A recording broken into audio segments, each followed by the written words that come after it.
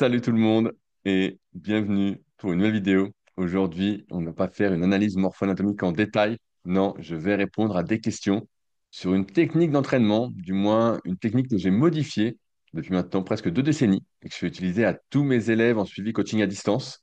Donc depuis bien longtemps, que j'utilise à chaque entraînement et que la majorité des membres de la team Super Physique que j'ai créée en septembre 2009 a utilisé pour construire son physique et qui malheureusement est complètement tombé dans les oubliettes. On préfère vous donner des techniques, des tips et astuces improbables pour expliquer pourquoi vous ne progressez pas ou pourquoi vous progressez très doucement. Et donc, je m'étais dit qu'il était temps de faire le point avec vous sur le sujet, d'autant plus que j'ai reçu des questions à ce sujet. Donc, comme d'habitude, quand on me pose des questions sur un sujet, je tape en général mon nom plus la technique ou le nom de l'article en question sur Google pour voir si je n'ai pas déjà traité la question. Et là, pour le coup, bah, je n'avais pas traité vraiment la question. Je suis retombé sur un article que j'avais écrit en 2013. À l'époque, on écrivait des tout petits articles. Il n'y avait pas cette guerre du SEO. Il fallait vraiment faire des articles béton comme je peux faire aujourd'hui. Et donc, j'ai décidé, et c'est pourquoi cette vidéo sort un peu en retard, habituellement elle sort le lundi à 8 heures, de réécrire tout mon article, ce qui m'a pris tout mon dimanche, en tout cas toute mon énergie pendant plusieurs heures. Et donc, suite à ça, eh ben, l'article est fini et je me suis dit que j'allais en faire une vidéo récapitulative pour vous aider à y voir plus clair et, comme d'habitude, à vous aider à mieux progresser si tel est votre objectif. Mais avant de commencer et qu'on rentre dans le détail, je rappelle pour ceux qui me découvrent aujourd'hui, je suis le cofondateur du site superphysique.org à destination des pratiquants de musculation sans dopage, que j'ai donc co-créé en septembre 2009, avec lequel j'ai écrit des milliers d'articles, fait des milliers de vidéos. Je coach depuis 2006 en suivi coaching à distance, notamment mais également en présentiel. J'étais le tout premier à coacher. Euh, avec Superphysique, on est le seul site sur les pratiques naturelles et on a développé plein de projets autour de ça. Je vous laisse aller voir dans les liens en description pour ceux qui voudraient en savoir un peu plus. Euh, et donc, j'ai réalisé une formation gratuite à destination des pratiquants de musculation sans dopage, qui est en lien dans la description. C'est le tout premier lien. Je pense que ce sera le deuxième parce qu'en premier lien, je vais mettre le lien de l'article, vu que je me suis dépouillé et que j'ai écrit beaucoup pour en faire un article référence. Donc, le deuxième lien, où bah, je recense mes meilleurs conseils pour vous aider encore une fois bah, à progresser, à pas faire les erreurs que j'ai pu faire, que je dois encore faire et que je dois de plus en plus faire malheureusement. Ça parle de morphoanatomie, ça parle de nombre de répétitions, ça parle de temps de récupération, ça parle de plein d'autres sujets qui sont rarement abordés malheureusement, et qui sont les bases, je pense, de la progression pour les pratiquants naturels. C'est gratuit, sans engagement, et donc c'est en lien dans la description pour ceux que ça intéresse. N'hésitez pas, vous allez vous régaler. C'est un peu loin. C'est pour les gens qui sont intéressés, qui sont, on va dire, passionnés et qui veulent faire mieux. Si vous préférez des programmes en 3 mois pour vous transformer, c'est pas ici. Ce sera pas, c'est pas ma promesse et c'est plutôt ce contre quoi je lutte depuis bien longtemps. Euh, et donc, bah, je vais vous partager maintenant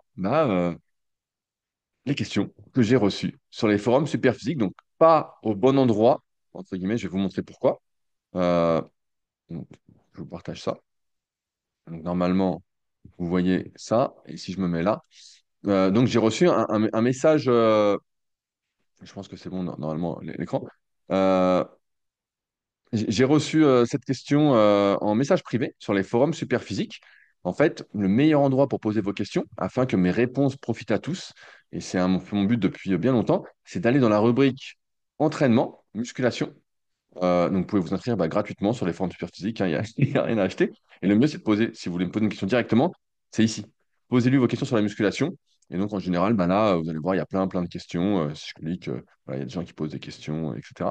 Donc, c'est le mieux. Là, j'ai reçu message en privé donc de Sacha qui avait posté sa question en fait sur YouTube en commentaire et que j'ai reconduit vers les forums Superphysique pour que ça profite à tous. Malgré tout, ces questions, elles sont hyper intéressantes. Euh, et je vais lire un peu son message. Bonjour Rudy, merci pour ta réponse sur ton short YouTube sur les séries longues. Franchement, les séries longues, c'est top pour moi vu mon âge. Merci pour ce tips qui m'a déjà permis de voir quelques résultats sur mes épaules et mes bras. Quelques infos, 43 ans, 1m75, 78 kg, os fin, muscles courts, biceps, triceps, mollets, pratiquant intermédiaire confirmé. À ce jour, je pratique la musculation chez moi avec un banc, des haltères réglables de 24 kg et des élastiques. Comme je le dis souvent, c'est une grosse limitation d'avoir peu de matériel en étant chez soi, surtout à mesure que les années passent où on a besoin de varier les exercices, en tout cas dans une optique de longévité et moins de progression. Mm. Mon objectif, développer les épaules, haut des pectoraux, bras et épaisseur du dos. Ayant les articulations fragiles de par ma morphologie et mon âge, je pratique la musculation santé plutôt que de me flinguer en chargeant trop lourd. Donc, j'ai envie de te dire que la progression et la santé, à un moment, ça prend deux voies différentes, Sacha. Mais bon, il n'empêche que je comprends exactement ce que tu veux dire. Maintenant, tu es quand même très, très, très limité par ton matériel. À moins que tu débutes la musculation, des haltères réglables de 24 kilos, tu vas vite arriver au bout. Notamment sur l'exercice pour développer l'épaisseur du dos. Ça va vite arriver sur des rowing à un bras avec haltère ou des rowing sur banc incliné où on va serrer les omoplates à fond. Euh, pour le haut des pecs, je ne sais pas comment tu as vu qu'il n'y a pas de photo, mais si tu dois faire de l'incliné haltère, 24 kilos, tu vas vite y arriver. Bref, voici le commentaire que je t'ai laissé sur YouTube avec mes questions sur les séries longues et le rest pause. Pour atteindre des séries très longues, combien de rest pause préconises-tu? Avant de commencer, je tiens à dire que j'ai déjà abordé ce sujet du rest pause dans diverses vidéos de manière rapide, mais surtout, et j'en parle rarement parce que j'oublie d'en parler, dans la formation super physique. Alors la formation super physique, si vous ne connaissez pas, c'est sur méthodesp.rudicoya.com. Et en fait, c'est ma formation complète où il y a toutes mes formations, toutes celles qui ne sont pas sorties, qui sortiront jamais. Il y a par exemple une formation complète sur les cycles de progression avec plus de 20 vidéos où je rentre vraiment en détail. Il y a par exemple ma dernière formation super analyse qui est dessus. Il y a super cardio qui sortira peut-être jamais, mais qui est aussi dessus. Il y a une tonne de sujets. Donc s'il y en a qui s'intéressent, c'est d'abord mon histoire, évidemment. Des témoignages de ceux qui l'ont suivi, donc Alex qui est médecin, Adri qui est coach, et plein d'autres coachs. Et donc, bah, il y a tout le plan ici. Vraiment, bon, je vous laisse aller voir si ça vous intéresse. Mais tout a déjà été abordé en détail, et vraiment en détail, parce que c'est quelque chose qui est payant. Donc, forcément, j'ai mis le paquet en détail dans la formation super physique. Quand je fais une vidéo, comme je vous le dis, gratuite ou un podcast gratuit, je donne pas tout. Évidemment, j'en garde en réserve. Et donc, s'il y en a qui sont coach, futurs coach ou passionnés de muscu, je pense que la formation super physique, c'est quelque chose qui devrait vous intéresser sur méthodesp.dicoya.com. Et donc, pour qui, bah, ce que je vais aborder maintenant, c'est-à-dire le rest pause, n'est pas nouveau. Et savent très bien de quoi je veux parler. Donc, je reprends la première question. Pour atteindre des séries de très longues, combien de rest pause préconises-tu? Alors, il faut savoir que à la base, le rest pause classique, euh, c'est quelque chose qui a été codifié, on va dire, par Joe Weider. Je l'explique dans donc, ce super article que j'ai écrit sur mon site. Rudy Koya pose tout sur le rest pause en musculation, donc vous pourrez aller voir. Ça a été codifié par Joe Weider, avec notamment les principes d'intensification Wider. C'est lui qui avait tous les magazines de muscu, le Muscle and Fitness, Flex Magazine, donc les plus connus en tout cas. Nous, on avait la chance d'avoir Le Monde du Muscle, qui était vraiment un super magazine. La plupart des articles étaient super. Et à côté, il y avait Body Fitness, qui était catastrophique.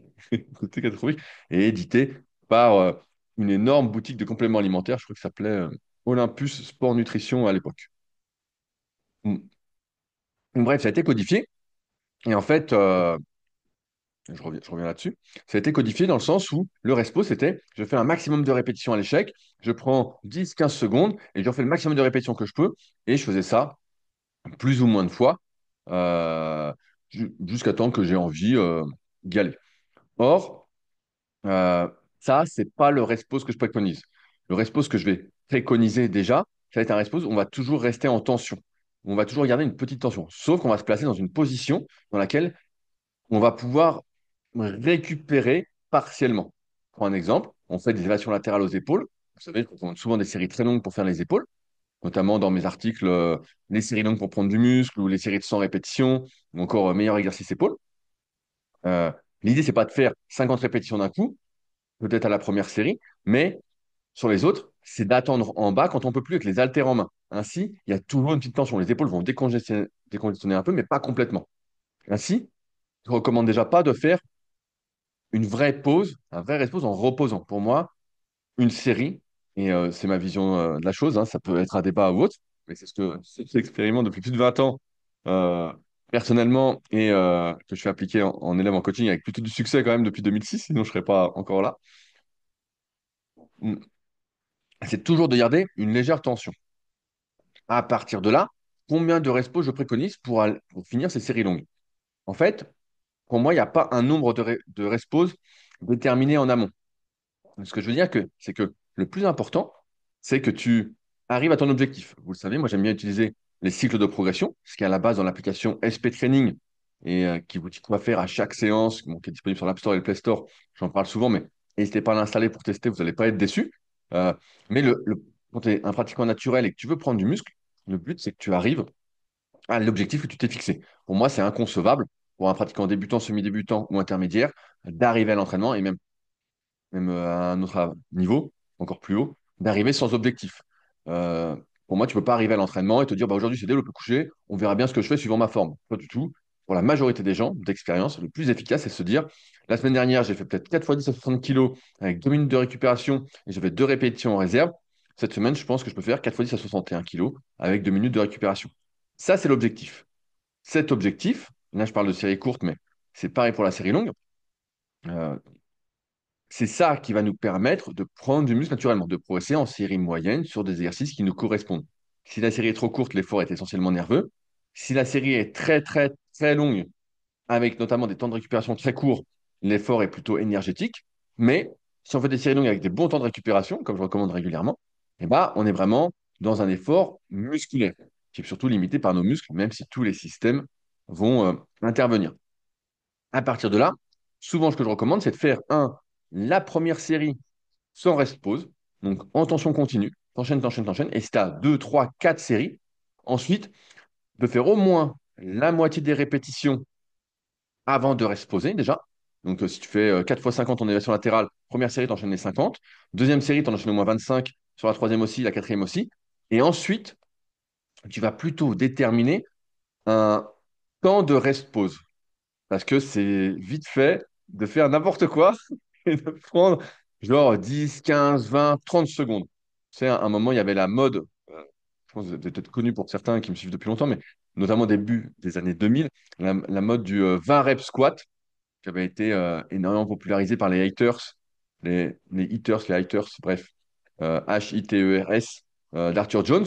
C'était un peu l'élément fondamental. Il fallait faire 20 reps au squat, on prenait son 10 RM et il fallait tout faire pour arriver à 20. Donc forcément, on attendait avec la barre sur le dos un temps incommensurable. Ça, ça peut vite dériver. Et là, on arrive vraiment sur des séries qui sont pour moi, encore une fois d'expérience, trop intensives, qui vont nécessiter trop de récupération, qui vont être trop impactantes.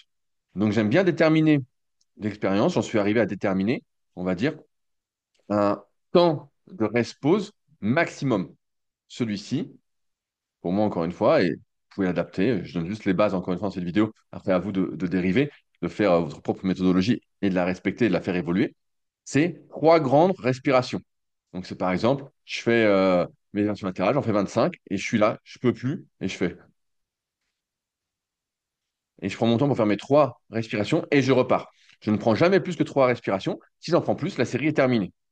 À partir de là, tu peux faire autant de respos que tu veux, Sacha, pour continuer ta série et atteindre ton objectif qui va, entre guillemets, te faire réussir et entraîner la réussite. Comme vous savez, l'entraînement, c'est pas que physiologique, c'est aussi mental. Et quand on est dans cette spirale de la réussite, bah, on continue à réussir assez longtemps. Donc, c'est pas un nombre, c'est plutôt combien de temps vont durer ceci. Et après, avoir une sorte de stratégie, tu vois.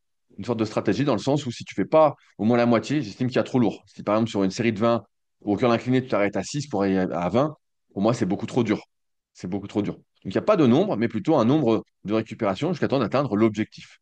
Je te donne un autre exemple. Au cœur incliné, par exemple, pour les biceps, notamment si vous avez des biceps longs et une bonne extension d'épaule, euh, ça peut m'arriver, et ça arrive à beaucoup de mes élèves, et ben, en fin de série, par exemple, une dernière série, une quatrième série où on est peut-être à 20 répétitions, bah, de faire les répétitions une par une à la fin, d'y arriver deux par deux après les 10 répétitions jusqu'à 16, et après de faire 17, 3 respi, 18, sachant on essaye de trouver, et je vais y revenir après dans la troisième question, dans une position où il y a toujours un peu de tension. Donc, c'est pas vraiment du vrai repos.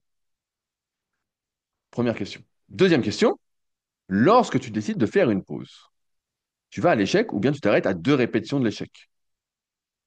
La question n'a pas de nuance. Je vais te mettre de la nuance, Sacha. En fait, si tu vas à l'échec, au vrai échec, sachant que l'échec, ça n'existe pas. L'échec, c'est une pure vue de l'esprit. C'est tous nos récepteurs qui vont faire monter, comme dirait Guillaume Millet, la chasse d'eau, elle va déborder, et la série s'arrête. On n'a plus la force nécessaire pour continuer, ou si on fait un autre sport qui nous fait ralentir. Hmm. Donc ça n'existe pas. Nos muscles ont toujours de la réserve, notre système nerveux a toujours de la réserve, mais il y a des inhibitions qui se mettent en place et qui vont progressivement nous amener à arrêter notre série. Et tout le but de l'entraînement, c'est justement de se désinhiber. C'est que ça, c'est se désinhiber pour nous laisser, entre guillemets, vraiment exprimer notre force, nos possibilités de force, bien que ce soit fait à la base pour nous protéger. Mais comme on est le reflet de ses habitudes, moins vous forcez, moins vous êtes capable de forcer. Plus vous forcez, plus vous êtes capable. Donc bref, l'échec n'existe pas. Toutefois, si tu vas, d'après toi, jusqu'à la dernière répétition possible et que tu fais un rest-pause, il n'y a aucune chance que même, déjà avec trois respirations, que tu refasses une. C'est pas possible. Ou alors, voilà, t'as pas du tout forcé, et t'es pas du tout à l'échec.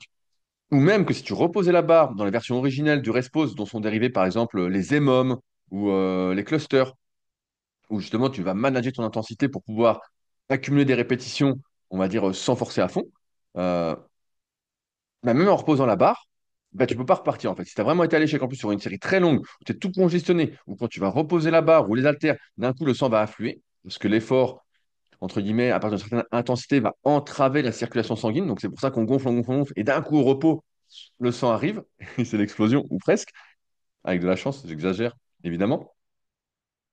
Mm. Donc tu t'arrêtes bien avant l'échec. Et j'ai même envie de te dire que sur la deuxième, troisième et peut-être quatrième série, en fonction du nombre de séries que tu fais par exercice, voilà, je ne vais pas revenir dessus sur comment on détermine le nombre de séries. J'en parle largement dans le tome 3 de la méthode superphysique pour ceux qui veulent aller voir. Ça doit être en lien dans la description, je pense. Ou bref, vous saurez trouver ça si ça vous intéresse. Euh, Bah, en fait, tu vas déterminer une stratégie en amont. Parce que, comme je disais, l'entraînement, c'est physiologique, mais également psychologique. Première série, tu enchaînes toutes tes répétitions.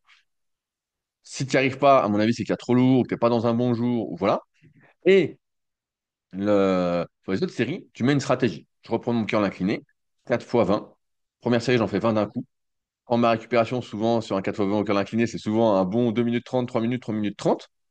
Voilà. Ça peut choquer certains que je parle de ça s'ils me découvrent aujourd'hui, mais on en a parlé dans de nombreuses vidéos. J'ai mon chien qui fait un drôle de bruit. Regardons. Ah, il vomit. Oh, ça va? Je vais lui ouvrir, je reviens. Je reviens.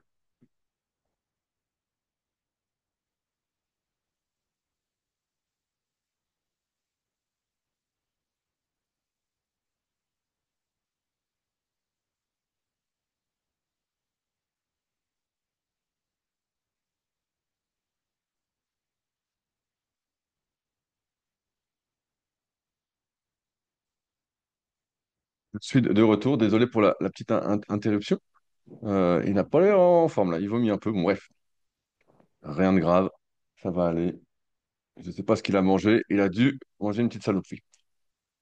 Mm. Donc, je disais, sur le curl incliné, tu fais ton curl incliné première série sans respose. Deuxième, troisième et peut-être quatrième série, il faut que tu détermines une stratégie. Parce que si tu vas à fond, en fait, tu vas pas pouvoir utiliser le respose comme moi je le préconise, notamment par exemple au curl incliné. Et sur n'importe quel exercice, là où il faut attendre, c'est surtout en position, on va dire, notamment sur les exercices qui étirent beaucoup, comme le curl incliné, ou le développé couché pour certains, ou même les tractions. Euh, Traction un peu moins, mais on va pas attendre en position étirée. On va pas attendre bras tendus au curl incliné. On va pas attendre en bas au développé couché, ou ces exercices de développé. On va pas attendre là. On va attendre en haut. Et en haut, bon, au curl incliné, j'aime bien poser les haltères ici, mais donc on est toujours en position de flexion complète. Et donc la condition s'arrête pas. Ça diminue un peu avec de la chance, mais c'est pas foufou. Encore une fois, c'est une série, c'est pas fait pour se reposer, même si on essaie de détourner un peu la série en faisant une série plus longue que prévu avec le Respose, et j'y reviendrai un petit peu après. Mais donc, tu vas manager, et souvent, ce que j'aime bien faire, c'est dire, voilà, série 2, 3, 4, je dis que je vais jusqu'à 10 répétitions, et ensuite, bah, j'utilise le Respose. Donc, comme ça, je peux manager l'intensité et faire plus de volume au final. Certains diront que l'intensité peut être minorée, mais quand tu fais 4 fois 20 avec ce qui ressemble à ton 20 RM, l'intensité est loin d'être minorée. Donc, plus ça, donc tu es obligé de manager et de déterminer en amont. Si tu ne le fais pas, euh, après, tu peux ne pas le faire, mais il faut bien te connaître, parce que si tu fais la répétition de trop, bah, même avec du rest-pause, et peu importe combien de temps tu vas prendre, à moins que tu prennes une minute de rest-pause, ça ne partira pas. Donc ça, c'est le deuxième point. Troisième point, cette technique d'exécution fonctionne-t-elle sur le développé militaire, le développé couché et le rowing halter? Eh ben, c'est là, c'est un peu les limites du rest-pause. En fait, ça fonctionne beaucoup mieux sur l'exercice d'isolation que sur l'exercice polyarticulaire. Sur le développé militaire, la seule façon de reposer, c'est d'attendre un peu en haut. Donc, il faut vraiment que tu sois un type, un type bien gainé, bien stable. En même temps, je ne recommande pas du tout le développé militaire. Je pense que c'est pas un exercice qui donne beaucoup de muscles. Pour la plupart des gens, c'est plus un exercice de force où beaucoup de muscles sont engagés et donc où l'influx nerveux est un peu dispersé. Or, pour prendre du muscle, ce qu'on veut, c'est que mais ce que beaucoup comprennent pas, c'est vraiment recruter le bon muscle et, entre guillemets, le bombarder, utiliser des exercices qui vont le solliciter et appliquer de la surcharge progressive dessus. C'est pas le plus de muscles participent, le plus je vais prendre. Pas du tout. Chaque exercice, en plus en fonction de notre morphoanatomie ou de nos préférences musculaires, dont je reparlerai bientôt en détail pour ceux que ça intéresse, mais pour l'instant, j'en parle que dans les cours CQP, les cours que je donne aux futurs coachs, en fonction de notre préférence musculaire bah, on va avoir un muscle qui gagne. Un muscle qui gagne. Et le but, c'est que ce muscle prenne le plus d'influx nerveux, entre guillemets, puisse se contracter avec le plus de force possible. Et donc, dès que beaucoup de muscles sont en jeu, comme au développé militaire, bon, bah, c'est pas fou. Mais, on va prendre le développé couché que tu cites, par exemple. Au développé couché, bah, tu vas attendre en haut. Tu vas faire tes reps, tes reps, tes reps. Mais pareil, tu vas sentir que c'est limité, notamment si tu as des longs bras et que tu n'as pas un point fort triceps, ce qui est mon cas. Donc, c'est-à-dire que si je fais une série de 10 au développé couché, donc, je ne recommande pas des séries longues au développé couché, notamment en fonction de la notion de facteur limitant, à savoir que les muscles secondaires, en fonction encore une fois de sa morphoanatomie, peuvent devenir les facteurs limitants et modifier le recrutement musculaire en fonction de la longueur de la série. Désolé si c'est un peu compliqué, mais j'essaye de faire simple. Euh, Bah, je sais que sur une série de 10, si je m'arrête avant cette répétition, j'arriverai jamais à 10. Et si je m'arrête à 7, je sais que la dixième, ce sera mon échec du moment. Je sais que voilà, je serai à fond pour moi. Si je m'arrête à 6, c'est même pas la peine. En ce sens, le rest pause sur l'exercice polyarticulaire, c'est très, très, très difficile.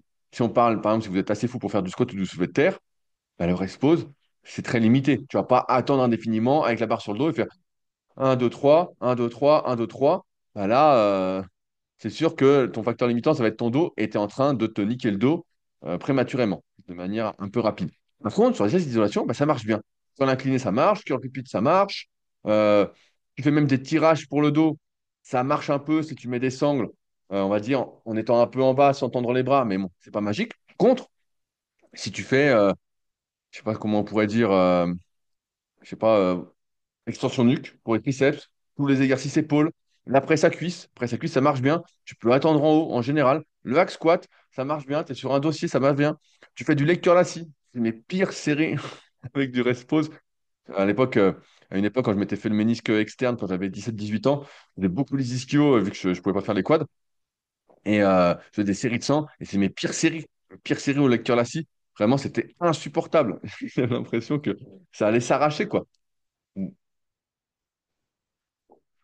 Donc, c'est plus destiné aux exercices d'isolation. C'est sûr que le polyarticulaire, c'est moins bon et c'est pas quelque chose que je recommande d'utiliser pour de vrai.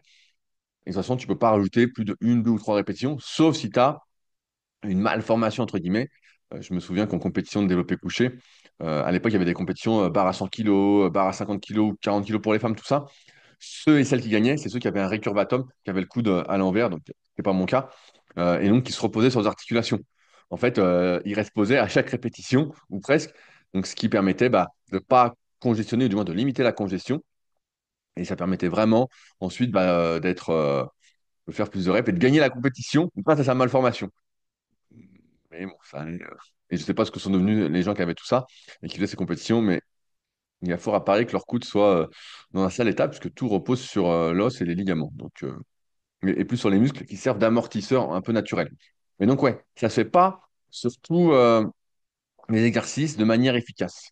C'est le point faible de la technique, mais pour moi, et je vais conclure sur un dernier point, après avoir répondu à tes questions, je crois que je vous parle ici dans les limites, que l'article est plus complet évidemment que ce que je dis là, parce que je suis bien meilleur à l'écrit et j'ai eu le temps de réfléchir, mais les limites du Respose, et notamment sur, on va dire, tout ce qui est fatigue, en fait, ma façon de faire du Respose, en manageant son intensité, en restant toujours en tension, son but est de tromper un peu son système nerveux, parce que si je vais à l'échec, comme c'est un échec, on va dire, nerveux, c'est un échec global, mais en gros, c'est notre système nerveux, notre cerveau qui dit stop. Voilà, c'est lui le gouverneur central, comme dirait Tim Knox. Je suis assez partisan de cette théorie, même si on peut en débattre, on peut en discuter. Si je m'arrête avant d'aller à l'échec pour rajouter des répétitions, finalement, je ne suis jamais en échec système, en échec nerveux, et donc l'effort continue à être musculaire. Donc là, ma récupération est moins entravée d'expérience que si j'allais à l'échec et que je faisais, par exemple, je voulais faire 4 fois 20 et je faisais 20 répétitions la première, puis je faisais 16 ou 17 à la deuxième, puis 14 ou 15 à la troisième, et puis 12 ou 16 à la troisième en forçant comme un malade. Pour moi, en utilisant le rest-pause, en manageant l'intensité, en évitant l'échec, même si on va forcer de plus en plus à mesure qu'on progresse, mais on sera loin de l'échec, on va juste aller plus loin dans nos ressources, dans nos possibilités, dans nos capacités, ça va nous permettre de repousser la fatigue musculaire et d'en aller plus loin dans l'effort musculaire. Encore une fois, un effort, c'est système nerveux, système musculaire, système énergétique, système cardiovasculaire, système cardio-respiratoire, psychologie, système immunitaire. Bref, c'est vraiment un ensemble. Et le but, quand on veut prendre du muscle de manière naturelle, c'est que l'effort soit surtout musculaire. C'est vraiment la priorité. Toutefois, comme j'en fais plus avec des poids avec lesquels je ne pourrais pas en faire plus normalement, en termes de traumatisme, sur les différents fascias et articulations, même si les poids sont minorés parce qu'on parle de séries longues, notamment sur l'exercice d'isolation, et c'est ce qui rend ces exercices d'isolation beaucoup, beaucoup plus efficaces, pour moi en tout cas, c'est que comme j'en fais plus, même si les poids sont plus légers, c'est plus de traumatisme. C'est plus traumatisant. C'est plus traumatisant pour nos muscles, mais également pour les articulations. Et comme vous le savez, bah, les articulations, c'est ce qui récupère le moins vite, nos tendons, c'est ce qui récupère le moins vite. Toute notre structure, nos différentes structures récupèrent beaucoup moins vite que nos muscles, surtout avec l'âge qui avance malheureusement contre nous, c'est ce qu'on appelle le vieillissement. C'est un peu le point négatif. Et c'est pour ça que, comme j'avais déjà expliqué, je fais surtout des vidéos pour les pratiquants débutants, semi-débutants, intermédiaires. Et là, le rest pose pour moi, ma version en tout cas, concerne plus les pratiquants semi-débutants et intermédiaires. Et ça va vraiment vous faire passer un cap de faire ça. J'ai même envie de dire qu'une série sans rest pause, c'est une demi-série. C'est pas un vrai entraînement, c'est vraiment très facile. Euh, mais dès que vous allez utiliser le rest pause, et peut-être déjà que vous l'utilisez malgré vous sans y penser, quand vous faites, je sais pas, des fentes bulgares et que vous attendez un peu en haut parce que c'est du rest pause. Voilà, sauf que peut-être que vous ne l'avez pas codifié, vous n'avez pas mis de limite, et peut-être que vous arrêtez avant de pouvoir, avant de vraiment forcer, et peut-être que ça vous suffit pour progresser pour l'instant. Encore une fois, ça ne sert à rien d'introduire des techniques avancées tant que vous avez de la marge de manœuvre avec ce que vous faites, tant que vous pouvez progresser. Inclure des techniques ou, je sais pas, des optimisations avant d'en avoir besoin, c'est se voler de la marge de manœuvre. Comme diraient mes potes Tristan et Sean, c'est comme voler son athlète, se voler soi-même. Et c'est pas le but. Le but, c'est vraiment d'aller par étapes. Et c'est pour ça, si vous êtes débutant, je pense que c'est pas la meilleure technique à utiliser, mais à partir du niveau semi-débutant intermédiaire, je pense que ça, se rest-pose, va vraiment vous aider à faire un bond. Et après, si vous êtes avancé, que vous mettez vraiment super lourd et que vous faites du rest-pose, tout ça, je pense que là, il y a d'autres techniques à penser, à utiliser et il faut peut-être plus penser à un entraînement longévité, comme j'en parlais dans le guide ultime du renforcement musculaire, pareil, qui est sur mon site rudicoya.com, je vous laisse aller voir pour ceux que ça intéresse. Mais, et je vais arrêter de partage d'écran. Mais c'est vraiment une technique hyper intéressante, et comme je disais en introduction, qui est complètement oubliée. Donc j'ai du mal, bien sûr, on nous parle de plein de trucs un peu exotiques, et pourtant, nous, c'était la base, là, je dis nous, tous ceux de la team super physique, début années 2000, tout ça. C'était une des bases de l'entraînement avec, certes, on a fait tout et n'importe quoi, on a essayé dans tous les sens, d'où les recommandations que je vous ai fait aujourd'hui. Trois respirations, au moins la moitié de la série. Euh, Sans doute pas sur tous les exercices, plutôt sur les exercices d'isolation. Ça permet de faire plus de répétitions, de faire des séries plus longues. Et comme on fait souvent des séries trop courtes, et ben, vous allez prendre énormément. Ça va vous permettre de faire des séries longues avec des poids avec lesquels vous n'y arriveriez pas normalement. Euh, donc tout ça va vous permettre de progresser beaucoup plus, de repousser entre guillemets vos limites actuelles et en même temps, j'ai envie de dire, et je finirai là-dessus, de développer votre volonté, votre l'aspect psychologique, parce que souvent c'est ce qui nous limite. Euh, et comme on est dans des positions, on va dire, de semi-repos en faisant du rest pause comme je le préconise, mais en fait, on va être obligé de tolérer de plus en plus de brûlure, de cette sensation de brûlure, de congestion, si on veut vraiment progresser, si on veut vraiment atteindre notre objectif qu'on s'est fixé avant série. Et donc, c'est en ce sens que c'est vraiment une super technique que je recommande voilà, aux semi-débutants et intermédiaires d'utiliser. Pour les autres, d'un niveau plus avancé, encore plus, s'ils veulent continuer à progresser. Et si vous souhaitez la longévité, peut-être pas à terme, mais comme je pense, il y a un moment pour tout, un âge pour tout, une période pour tout. Et après, ne pas oublier qu'on évolue et que notre entraînement doit fluctuer en fonction de de ses propres capacités, sa tolérance à l'effort et aux différents efforts. Bref, on en reparlera sans doute un autre coup si vous avez des questions sur le sujet. Je me ferai un plaisir de vous répondre. Voilà ce que j'avais à dire sur le Respose. J'espère n'avoir rien oublié. Si jamais j'ai oublié des choses, cliquez sur le premier lien dans la description, c'est l'article.